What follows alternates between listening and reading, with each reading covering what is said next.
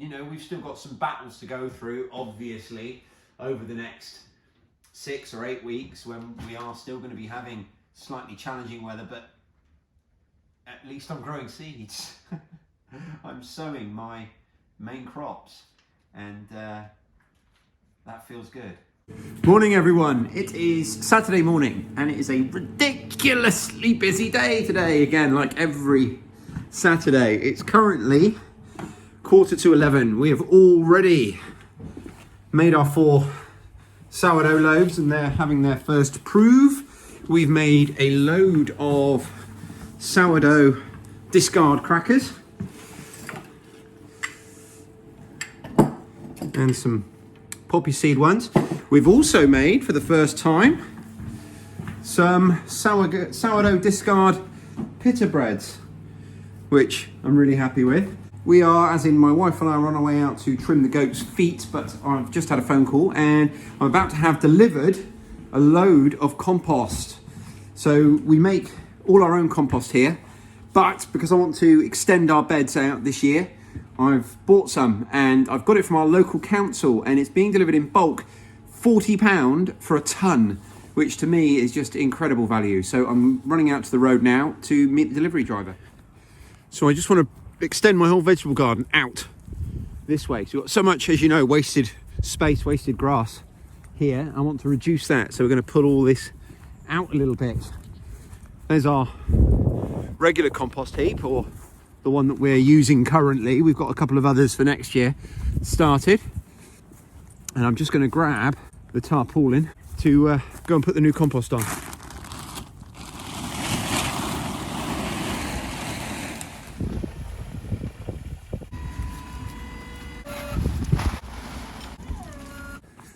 So that's the first lot of compost tipped. I've ordered 2 loads like that. Like I say, for £40 for a tonne, it just seemed a bargain. It's really good stuff. It meets all the quality standards that you'd expect from a commercial product that you buy in the garden centre. It's just much, much cheaper and it's recycled. It's made, well, I suppose all compost is recycled, really, but it's made from our waste. What are you trying to nibble, son? Oh, you want to push? You want to push? Come on then, let's have a push.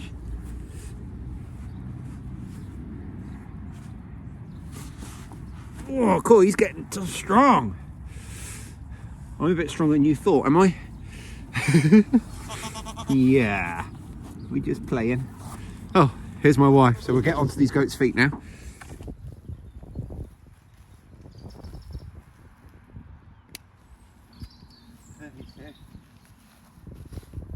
So they don't love getting their feet trimmed, but they don't hate it either, much like taking a child to get his hair cut. Oh, I love, settle down. Sid! Oh, now you want to play pushing again.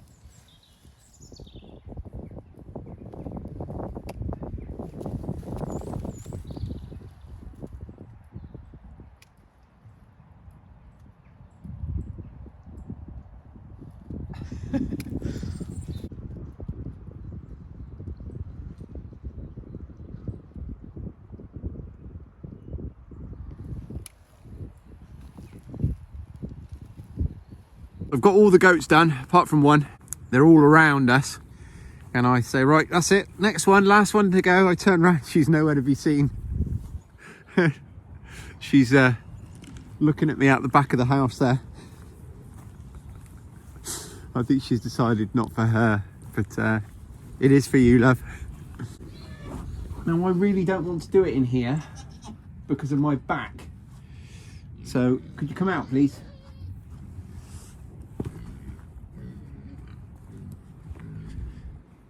Thank you. So I'm just going to get some WD-40 to oil these up so they're ready for next time. They don't rust and what have you. We just worked out, just checked on the calendar, and our baby kids are due 4 weeks today. So that's the earliest we could expect them. So 4 weeks today if, you know, they got pregnant on the day Sid arrived. So on that week, I'd expect all of them to kid that week because he was very active. Very ambitious. Next up, I'm going to show you guys my wife's water kit because she says it's something, not water kit, ice kit. because it's something she said she wished she'd seen. And here comes my second and final load of compost. So I better go and get some money to pay the man as well. So that's 4 tons of compost I've had delivered. Whether or not I'll need it all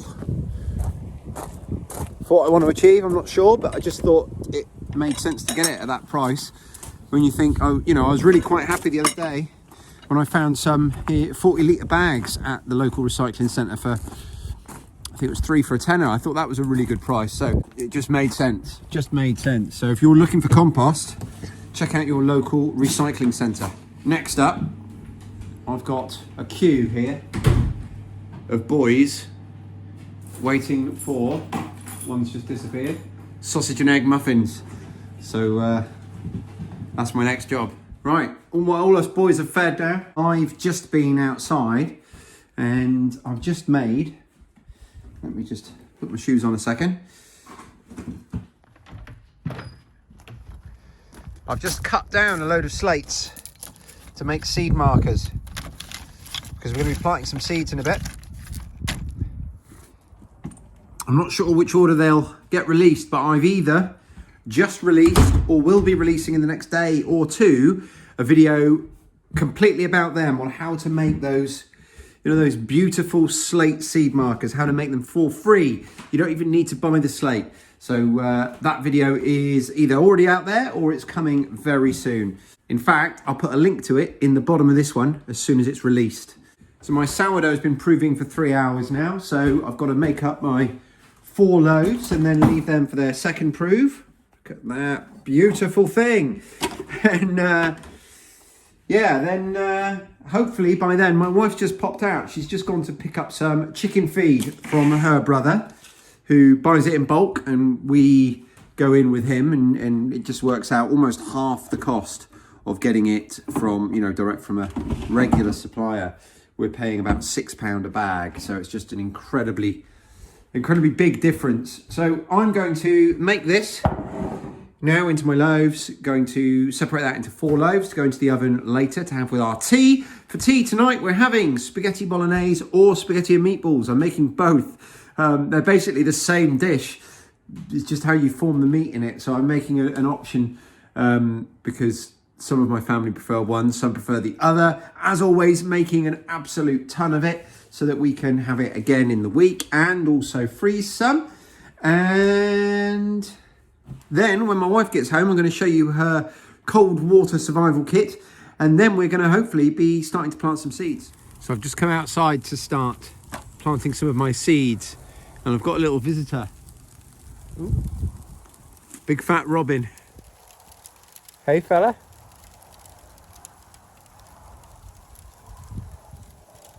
Got my seed trays, got them all collected up from one of our sheds, and we've got a big wheelbarrow full of compost. So I'm just going to break some of it up where some of it's a bit clumpy, and spread it through my seed trays, and then start going through my seeds. My seeds are all inside because, I don't know if you can tell, but it's actually raining at the moment. It's more like hail, it's quite cold.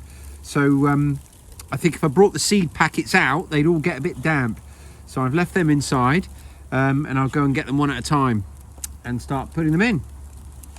But for now, my first job is just to populate these seed trays with some compost. Just come away from that for a bit. We'll go back to that. Just needed to start dinner. So got our 2 first sourdough loaves in.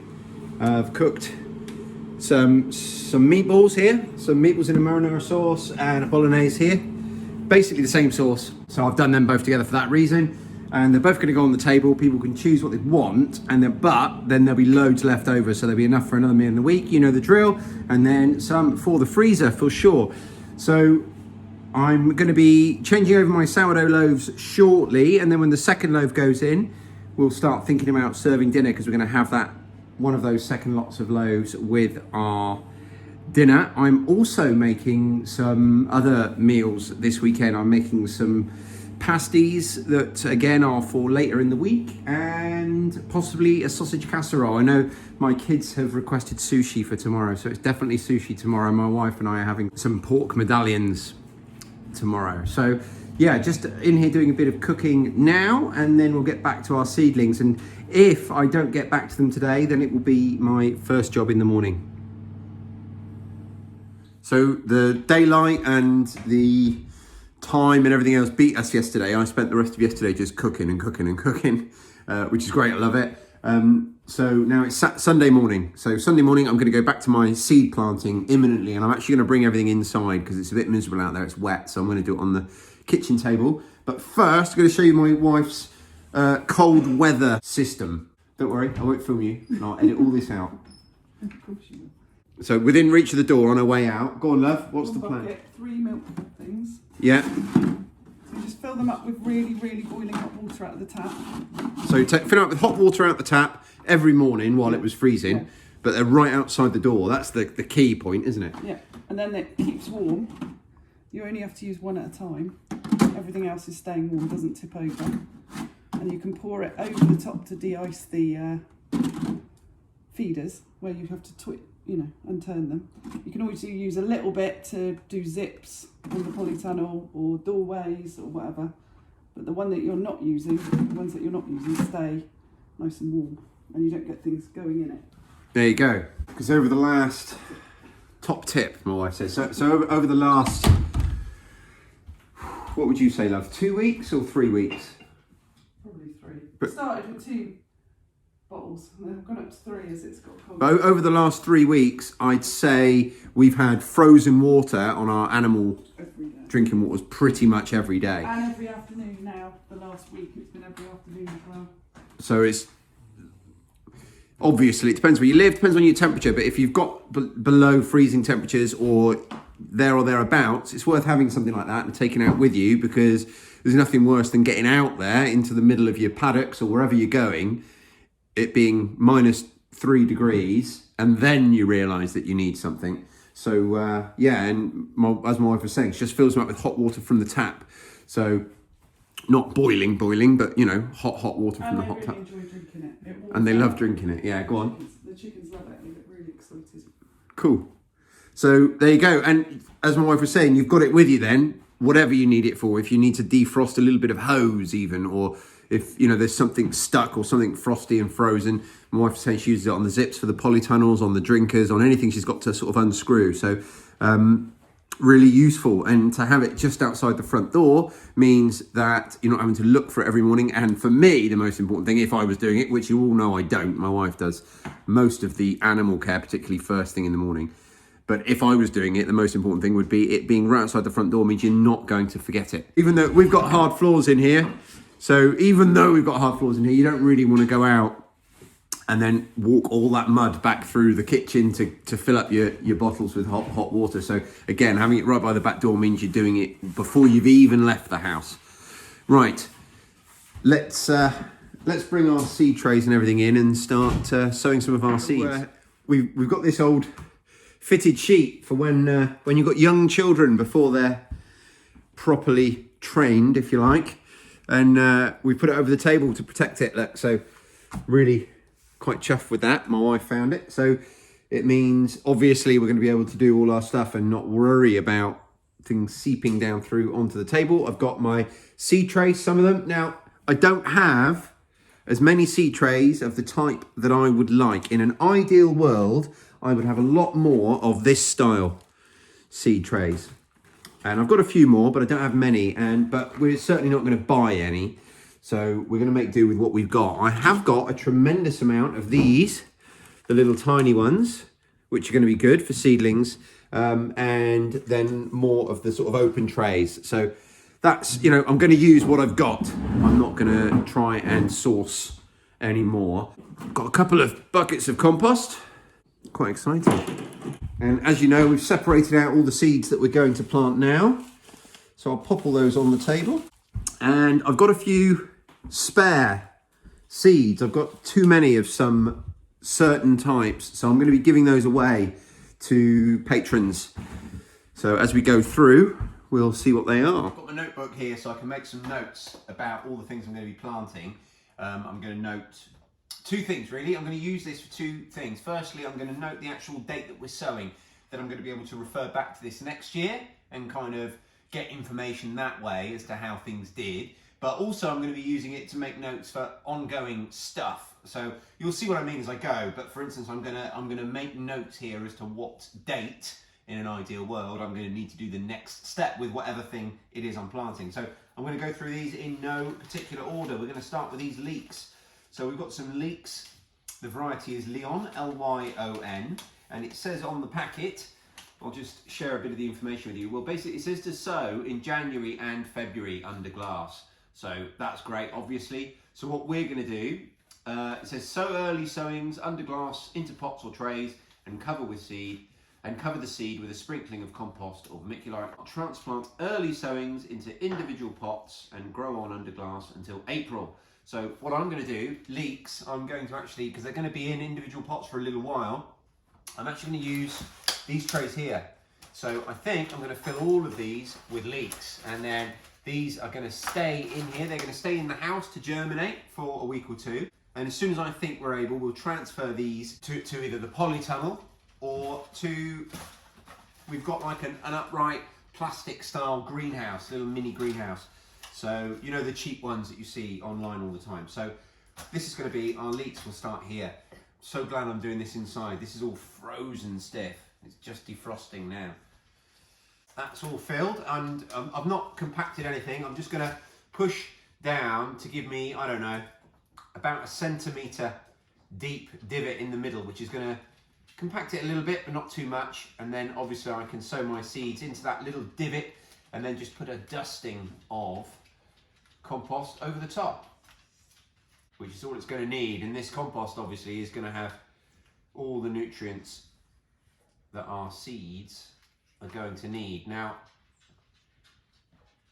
if you have the time, the ability, the materials to do it, then I do recommend making a seed compost. I personally haven't done that this year for those reasons I just stated. I haven't had the materials, the time, the ability to do it. But a seed compost is I'm not an expert, so do your own research on this, but I'm fairly confident that it's basically, you can make your own seed compost by just using regular potting compost and just mixing in a bit of sand. And the idea is that it just increases the ability for it to work with the water. So I'm okay, I don't mind doing it this way. We've had great success in the past, and this is how we're doing it, because this is what we've got to hand. But later on in the season, I do think that I will be doing some, making some seed compost, probably for all my other sowings. So that's all my leeks now gone in, all my Lyon, and that's actually finished that packet. And it's the serendipity of it, it's actually taken every single seed and filled every single hot, so that's perfect. So I'm now going to just make a note here. It's Valentine's Day today, so February 14th, Lyon sown. I'm going to make a note, plant out in April. Top up the little pots again, and let's work out how many leeks that's going to give us. About 120 leeks there. So that works out, if we, which we don't with leeks, but if we spread that out over the year, 2 a week, spread out over a year, it gives about 2 a week, which is probably about what we'd eat. So obviously, well, that's compressed, we only eat them in the winter, but we do save some if we grow enough. But we can always grow more, because what we don't eat and harvest and eat for ourselves, we sell at the side of the road as seedlings. So in spring, we'll probably pop a few of these out on the side of the road in our little egg shop and sell a few of the seedlings. Next thing, obviously really important, is to put our little label on it, our little piece of slate. So we've got these new ones now, a new variety that I've never tried before, and I'm not sure if it's a new variety full stop that hasn't been around very long, because these were a sort of a trial, if you like, when they were sold. And they're called Perpetual, and it says on them, an outstanding garden variety with excellent winter hardiness and good resistance to rust, produces sturdy, pure white, thick stems with dark green leaves. The mature leeks are ready for harvesting from October to February for a long season of use, which is great. And again, the sowing instructions, we can direct sow outside, and that would be in March and April. So we will definitely be doing that with some of these, and we could plant now inside. But I think what I might do actually is just save these and direct sow all of these a little bit later in the year. But I've got this spare packet, so I'll be giving that away to patrons. Basically, with all the seeds I'm going to give away, all you've got to do is send me an email. Just send me an email requesting them if you're a patron, and I will get them shipped to you. If you have depending on how many people get in touch, I will just do a draw, and if you've got a preference on which seeds you get, then make sure you put that in the email, because if you only want the leek seeds and none of the others, then put that in the email and I'll try and accommodate everyone as best I can. But those are the first ones we're going to be giving away, is the Portobello, and I will be mentioning this again on Monday's podcast. So we're going to save these to go in a bit later. We're going to direct sow these straight outside. We've got some leeks started. I'm very happy with that. Also, I'm going to save the packets when the packets are empty. It's really useful, I think, to save them. So I've got my plant and the variety labelled there, so I can refer back to the packet through the season and just make sure I don't make any silly mistakes. Right, next up we have some cabbage. This one's called Golan Acre Primo number 2. It says to sow thinly March and June directly. However, it also says we can sow inside or under cover in January and February. So we're going to get these in now. Transplant them out pretty much at any time from March. So these guys are perfect. So we're just going to pop them in, probably a seed tray actually. We'll use this seed tray here. So we're going to pop these in here, and then when they're big enough to handle, we'll probably give them 4 weeks or so in here, maybe longer. We'll see how we get on. We will pop them out. Now, we don't eat a tremendous number of cabbages. I think if we had probably 1 a month, that would probably do us.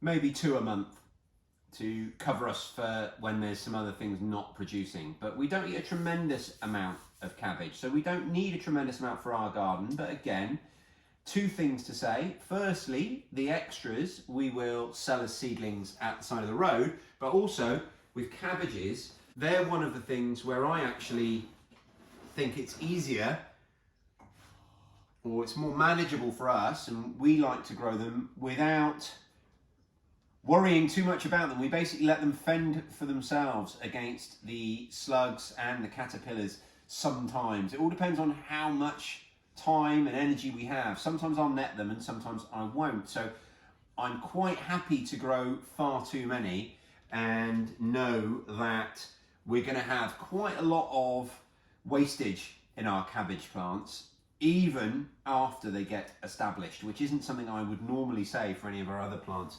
And when I say wastage, I mean some plants will fail, but also they're not, quite often, they're just not going to produce huge heads, or they're going to produce huge heads, but a reasonable portion of that head is going to be eaten by something other than humans. So, and that's okay. I don't mind that, because like I say, we don't need a tremendous amount of cabbage, but also it just reduces the workload, because I think cabbages, you have to kind of make a decision one way or another. And last year I made the decision not to protect them, not to worry about them too much. And it worked out really well. We ended up with plenty of cabbage. So that's what I mean by worked out really well. And in past years, they've been quite labour intensive to kind of manage them and net them and make sure that the net isn't touching the leaves, so that the butterflies and moths can lay through the netting. So to each their own, and if you're someone that's got a lot of time and enjoys tending to their cabbages in that way, then definitely 100% that's the way to go. But if you're not, then I think you can achieve a similar amount of yield by just planting a few extra cabbages and accepting that a certain percentage of your crop is going to be eaten before you get it in the kitchen. I'm okay with that. Obviously, that's slightly dependent on having the space. If you've got the space for a few extra cabbages, then you know, you can do that, and we do here. Particularly because, as I say, we're extending our beds this year. So let me have a look. I don't actually have a marker made up for that one, so I'm going to go get myself a new piece of slate. So this is a new strip of slate. I'm just going to snap it to a fairly big length actually, because I've got quite a lot to write on this one. I'm just going to write the the type of variety on here. Okay, next we've got some Perpetual spinach, and we love the really young leaves of spinach as salad.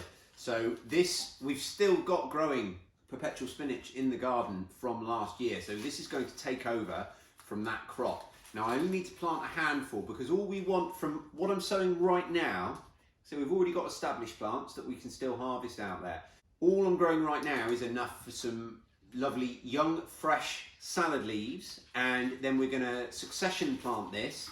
So we're going to want 7 or 8 plants now, and then we'll have more going in a couple of weeks, and a couple of weeks after that will probably be our main crop because it grows so fast and it's going to want to kind of really get established and dive on after the frosts. So I think we'll just plant a handful now, and then these will go out into the polytunnel as soon as they've germinated, and we might even end up harvesting them like a cut and come again salad from here. These early ones might not even make it any further than these little pots. We shall see. I'm going to plant 2 per pot in here, and this is going to be our first. Spinach is a super fast crop, so it's probably going to be our first crop that we're harvesting from what we're planting today. And I love spinach seeds because they're nice and big as well. They're like beetroot seeds, you know, when you're handling lettuce seeds and carrot seeds and leek seeds. They're all tiny and really tricky to really get the right number where you want them, but these are not. These are super, super simple. And I've got a vast number here, so again, I'll be happy to give away some Perpetual spinach seeds to patrons. If you'd like some, let me know. And what I'll do, because one thing you must bear in mind though, is these aren't this year's seeds, so I don't think there's going to be any issue with germination rates. But there's so many in there, I've got enough to last me probably another 6 or 7 years worth of planting, because a few of these goes a really, really long way. And I will probably want to be planting newer seeds in 6 or 7 years. So I'm happy to post 10 or so seeds to anyone who wants one, any of our patrons. Next up, cucumbers. So let's have a quick check on here. So I've gone through these seeds already, and I've already read the back, and I've already made the decision that these are good to go in now. So I'm just refreshing my memory really. So sowing instructions: sow seeds 1 centimetre deep in 7 centimetre pots. Place in a propagator and keep around 20 to 25 degrees until after germination, which usually takes between 7 and 10 days. Well, we're not going to put them in a propagator, but we are going to keep them in the house. So these can be sown from February onwards basically. And growing instructions: gradually acclimatise plants to outdoor conditions a few days before planting out, so harden off. So that's all it says really, so I'm quite happy with that. So what we're going to do is I'm actually going to get some bigger pots for these and for our tomatoes, because so our last frost date, depending on where you look, because we live in such a weird area here, we're on the border of 2 or 3 different frost dates. We live in a frost pocket, so our last frost date is anywhere between, in some sources, late March, and in some sources, late April. So depending on the weather, if our last frost is in late March, then we're about 6 weeks ahead of that now. 6 weeks is the magic number, I think, for cucumber and tomatoes to get in, to seed, to sow those, so that they've got 6 weeks to establish before your last frost. The cucumbers and tomatoes, again, we're going to be succession sowing, because in 6 weeks' time we'll put them in the polytunnel, and then we really don't know if we're going to lose them or if they're going to struggle. But we'll have another set ready to go in 2 weeks after that, and another set ready to go in 2 weeks after that. So we're going to sow these now, and like I say, in bigger pots, because I want to have the ability to keep them in that pot for a little bit longer than I would if I put them in smaller trays, and I don't want to have to transplant them later. In addition to that, we only need probably Torrin. My son's just here, and he's our cucumber eating and growing expert. How many cucumber plants did we have last year, do you think? Probably about 5. And how did that give us enough cucumbers in the summer? Sometimes we had enough, but a lot of the time I ate them all. Yeah, but 5's enough, isn't it? It gave us, how many cucumbers did it give us? 5 when they were producing really well. A few or a lot? A lot. A lot. So, is that the right number for this year, mate? You think? Same number, 5? I do, yeah. So we're going to go for 5 plants this year. Only 10 seeds in this packet. So we're going to sow 5, and that gives us 5 reserved. I was going to say also it covers us for poor germination, which I'm not expecting because this is a brand new packet. So we'll plant 5 of those now. Now, something that's very important for me at least to make a note of here is that these are an F1 variety, which means that the seeds aren't going to grow true to type. Just so I remember at the end of the season, don't bother saving the seeds from these cucumbers unless I want to experiment growing some who knows what varieties next year. So it's important that I put that on the seed label. I've got some broad beans here. These are going to be going straight outside. So as soon as I've finished in here, I'll go and put these in the ground. Some broccoli now. So again, these are ones that we can start inside now and then plant out after the frost. And these guys are hopefully going to be quite a fast growing variety. It says ready to harvest in as little as 75 days. So that's great news.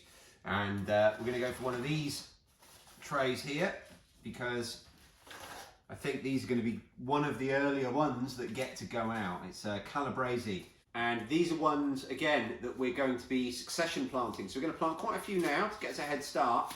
But we'll be planting these every couple of weeks right through the growing season, right until June will probably be the last time we sow these. Broccoli, for some reason, it's not my favourite vegetable, but my children all love it. So does my wife. It's one of their favourite veg. So we're going to need quite a few of these.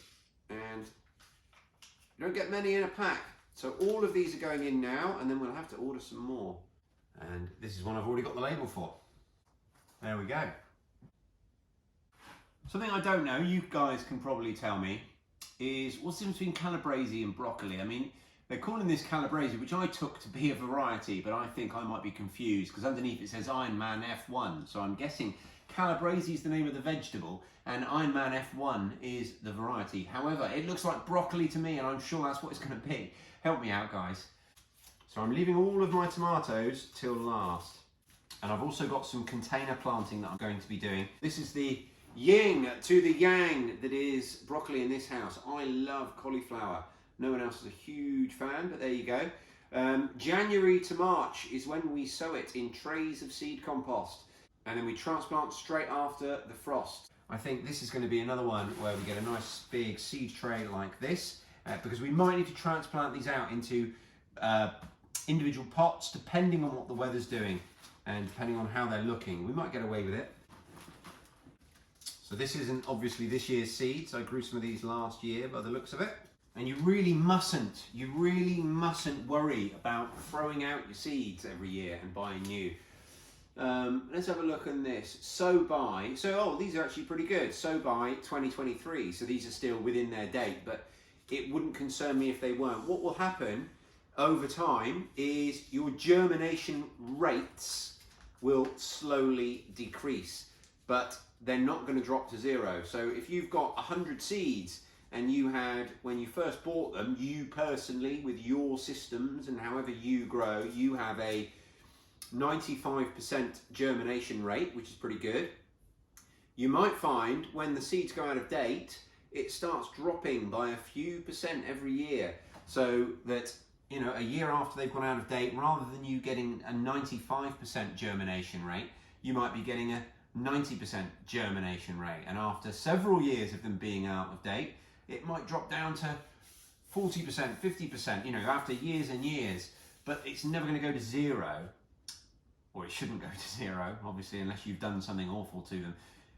For decades, scientists are doing experiments on seeds that have been stored for decades. I can't remember the dates, but we're going back. I think that what they do, I can't remember where I heard it. I heard it on a podcast, but they've got a pot of seeds at some university in America, and they bury them and they dig up this pot, this obviously sealed jar, every 8 years or so, and plant one of each of the seeds that they've got saved in it. And the seeds in there at this point are decades old, and they're monitoring germination rates, and they're still getting them to germinate after, like I say, decades. I can't remember the exact time frames, but certainly over 20 years. And in my head, I think it might be as much as 50 or 60-year-old seeds that they're having germinate. So I think it's a really worthwhile thing to bear in mind. You know, just because your seed packets weren't bought this year, that doesn't mean that you can't use them. Please don't throw them out. And if you're thinking of throwing them out, and you're desperate to throw them out, and you've made the decision that you're going to throw them out, regardless of what I say, then just plant them. You may as well throw them out into some compost as into your bin, and you might be surprised. This next seed packet, which is typical of me, has much less information on it. It just says saved peas. So, these are peas we've saved from our own plants, and I know that most peas can go in fairly early, so what we're going to do is we're going to plant these, and then when we think they're big enough to handle, they can go straight out, and we'll find out what they are then. Right, so for our peas, we're going to use these pots, these trays. It's going to give them a chance to, well, it's going to make it easier to separate them, obviously, and if all I had was loads and loads of these, I'd actually be quite happy, but the other reason is because they're easier seeds to separate, it's going to be really easy for me to put one seed, which is basically one pea, in each pot, and then I can leave them in there until they're nicely established before needing to worry about them. There are a few exceptions, but a general rule of thumb is the bigger your seed, the deeper you plant it. So if you've got some really tiny seeds like lettuce, then you plant them very shallowly, right near the surface. And if you've got some much bigger seeds, then you're going to plant them a bit deeper. So with peas, we're going to plant them a good 2 centimeters down, I think, give or take. The same applies as I did before. I'm not going to compact anything, but I am going to just put a little drill hole with my finger in each pot, which will just give the soil around it that, you know, that little bit of structure that they'll want for their roots, rather than it just being, you know, like dusty and too loose. They're going to be able to form nice roots that can hold the plant, because it's going to want to grow straight up. One advantage to sowing peas undercover or inside is you don't have the pigeons and other pests that will come along and just eat them. Pigeons love to find and dig up your peas. Something very satisfying about sowing seeds that you've saved, not bought. Next up, we have some onions. We've got some white Lisbon onions. So, sow the seeds in early spring, open brackets, late February to early summer. So, I wasn't going to grow any onions this year. I was going to try and make do with just our Egyptian walking onions, but we just use so many onions that my bed isn't established enough yet. So I'm going to have to grow some onions this year, particularly for my September challenge. So these are quite a long crop, so we're going to just fill a seed tray with these seeds. It feels really good to be planting seeds. It feels like, even though it's miserable weather out there, it's raining right now and it's cold and there's no end in sight really, and so far as the next few days and weeks, it's just, there's nothing positive happening out there weather-wise in the next few days and weeks. It just doesn't feel very nice. And you know, you guys all know how we struggle with the ground when it's raining. And this time of year, here in the UK, if you're not in the UK, you might not understand, but this time of year, it's one of two things. It's either really cold, or it's really wet. We don't have any respite from those two, because if we've got the cloud cover that allows temperatures to sort of stay above freezing, then that cloud cover is going to be bringing rain. And if we don't have the rain, then we don't have the cloud cover, and chances are we're going to get freezing nights at the very least, if not like we've had recently, just freezing all the time. So it's really a lovely feeling to be planting seeds, because it's like it's spring, you know, this is making it spring, and it changes your whole mentality, and it means that I'm now very much, I was already, but I'm even more so now, I'm looking forward, and it feels like spring is here. You know, we've still got some battles to go through, obviously, over the next 6 or 8 weeks, when we are still going to be having slightly challenging weather, but at least I'm growing seeds. I'm sowing my main crops, and that feels good. Right, so I mentioned that we're going to do some container planting. Well, one of the things that I grow in containers is carrots. Love growing carrots in containers. Love, love, love it. And here's why. So when you're growing carrots, the carrot itself is going to want to go down lovely, easy to access spaces in the ground. And when it hits stones, or if you've got really heavy clay, heavy soil, your carrots are going to struggle to form lovely, thick, long roots, which is what you want. That's what you're going to harvest. So I grow my carrots in containers. We'll just use this one here. So I save these at work, any kind of container like this. And at the moment, I haven't drilled any holes in this one, but I will. And I literally just fill it with compost, like I've done. And I'm going to sow my carrots straight into this. Because it's also loose underneath, the carrot is going to be able to go wherever it wants and form those lovely, lovely roots that we want to harvest. I'm just going to make sure that the compost is nice and loose and broken up, because some of it's a little bit squished together. Just taking some of those lumps of compost and freeing them up. So what I'm going to do is I'm going to go grow carrots in this compost, and then that, just growing a few carrots in all this compost won't have depleted it.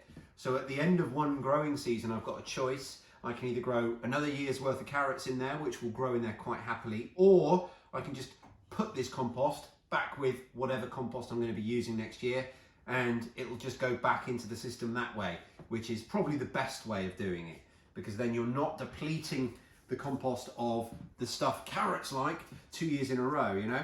So these are called early Nantes, Nantes, number 2. They're an extremely reliable variety, which is quick to mature, good, medium length uniform roots with a rich, fresh internal colour, lovely, suitable for early growing in frames. We're not going to use frames, but we're going to use this container, which means it can go anywhere. So we're going to allow them to germinate in the house, then they can go and sit in the polytunnel. They can sit on the floor in between tomato plants before the tomato plants have really taken off. And then they can just be put outside later in the season. Another reason why I love growing them in containers. Can be sown under cloches or in deep containers. Oh, it even says in deep containers. At 20 degrees C, well, in the house. In the greenhouse, February to March for early cropping. Early cropping is what we want. So we are just approaching the hunger gap. The hunger gap is the portion of the year when there's a gap in produce, when it's difficult to get enough produce. And there are lots of tactics we use to get through that gap. Chief among them, particularly in years gone by, was preserving. So you'd preserve your gluts, and then you'd have access to that stuff during the hunger gap. And in more recent years, work has taken place to kind of, it doesn't cancel out that, you still need to do that, but to reduce the length of the hunger gap. And reducing the length of the hunger gap means getting earlier and earlier crops. And we've done that with developing new varieties, but also different growing practices. So I'm showing you a combination of the two here. So we've got a variety which has been bred to crop early, and we're coupling that with a particularly early growing technique. And you could do this in the middle of winter if you wanted to. If you wanted to do it completely in your house under some grow lights, I can't think of a reason why you couldn't be growing a lot of these things in containers all year round if that was your bent. It's not mine. We don't have the space inside, and we don't have enough north-facing windows. We've got one basically in the whole house, believe it or not. So we're going to use this method. We're going to germinate them in here in the house, and then we'll gradually get them moved out to a greenhouse, or a polytunnel rather. There you go, there's our carrots. I'll get that labelled, and then we'll move on to the next one that we're going to be doing in a container for a completely different reason. Right, so parsnips. We have a nematode in our soil which causes our parsnip roots to all mangle up and not form correctly. It's quite a common problem, and it's one that we found out last year when we grew parsnips for the first time, which is a shame. So we're going to have a go, just an experiment, at growing some parsnips in a container, exactly the same way as we do our carrots. Not for the same reasons, but because we want to avoid those nematodes that we've got in our soil. So these, again, we can sow outdoors from February to May. It says to protect the early sowings with cloches if the soil is cold and wet. What we're going to do is we're basically going to plant these in a bucket, just like that. Now, I haven't drilled holes in these yet, but obviously I will for drainage. And we don't eat a tremendous amount of parsnips. If I'm honest, the only meal I ever cook parsnips in, or miss parsnips if I don't have them, is our Christmas dinner. Other than that, it's not something we eat a great deal of. But that could change if we can grow them successfully. So we're going to attempt this variety two ways. We are going to grow it in our containers. I'm also going to have another go at growing a few directly sown. And the reason being, I can't remember what it was that the nematode worms caused, but it might be canker. And this says it's a canker resistant variety. So we're going to give it a go both ways and see how we get on with it. But for now, it's going to be a case of we're just going to put 6 seeds in one of these containers.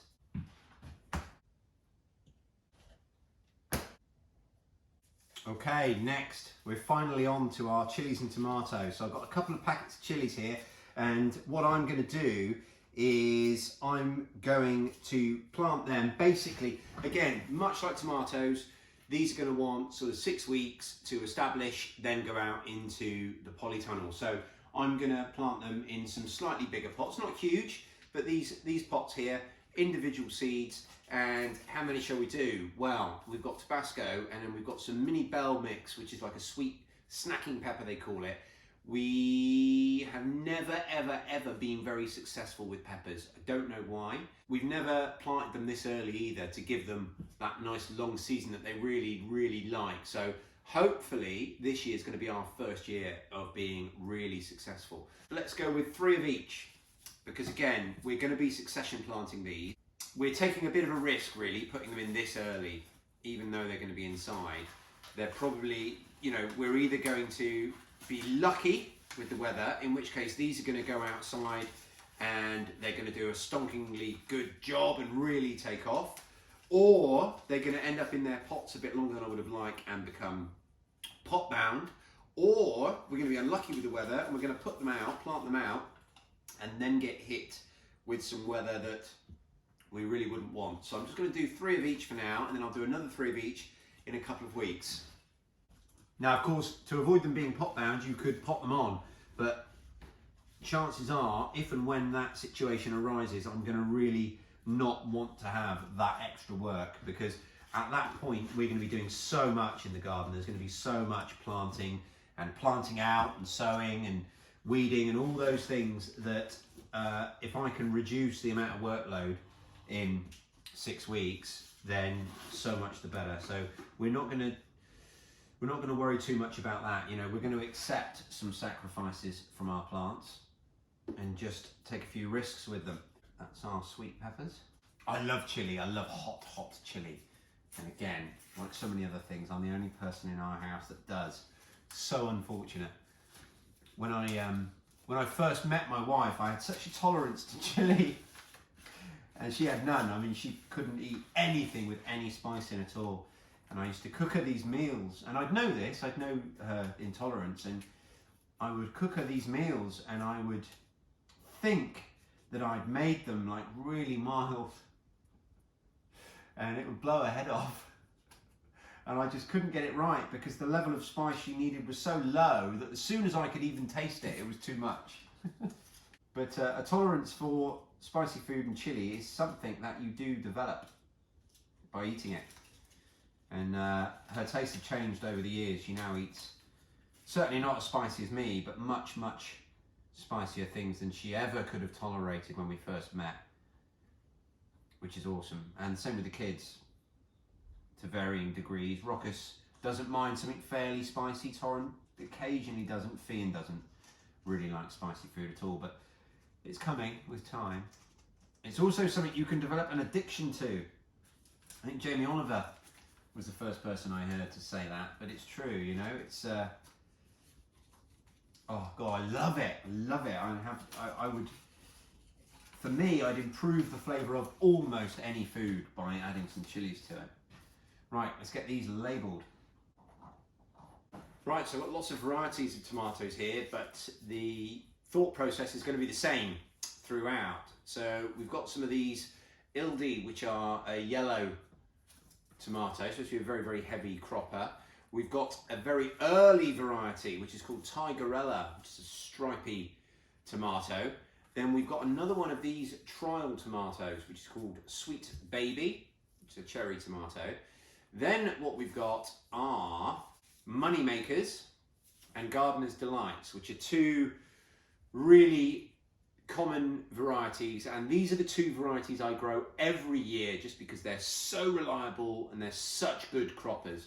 But I have quite a few of them. So last year there was a seed shortage. I really struggled to get hold of them, and I ordered a load of online seeds which arrived a bit late, and I never used them. So we've got some spare Gardener's Delight and one spare Moneymaker.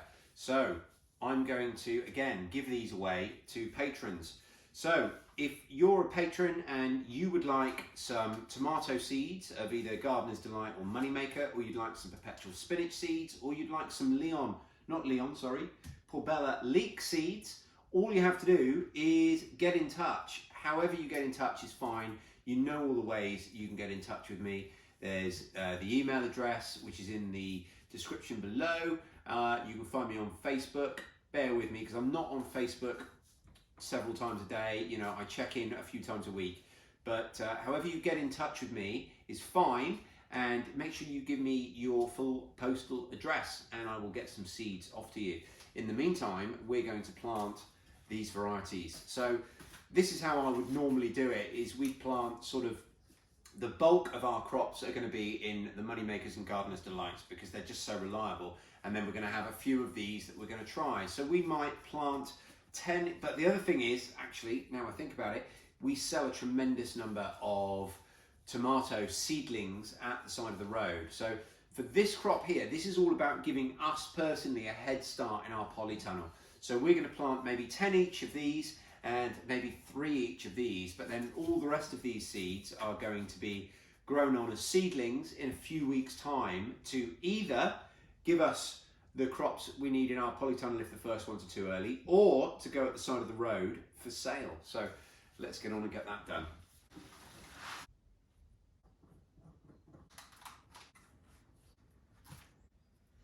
So there we go, that's all of our seeds sown that we're doing at the moment, not doing any more now for another 2 weeks or so. And in 2 weeks it will be basically succession planting and contingency planting for these to cover us against failure for weather, to cover us against any other mistakes that I might have made, and succession planting for particularly for the faster growing stuff, things like the Perpetual spinach. And we're also probably going to start succession sowing some broccoli, cauliflower, things like that in 2 weeks. So that's that. Next job, I'm going to go and sow these broad beans outside. Then I'm going to come back in. I'm going to transfer all these down into another room out the way, in our front room. I say out the way, we don't really use our front room, so that's where they're going to go. I'm going to have to work out something to go underneath it to catch the water and give them a water, and that's it. But that's going to wrap us up for this video. So thanks for watching, everybody, and hopefully some of you can clear up some of those questions I had. And do get in touch if you're a patron and you would like to have some of these seeds. If you want to become a patron, then find us at patreon.com/self-sufficient hub. Links are in the description. Thanks for watching, everybody, and I will speak to you guys very, very soon.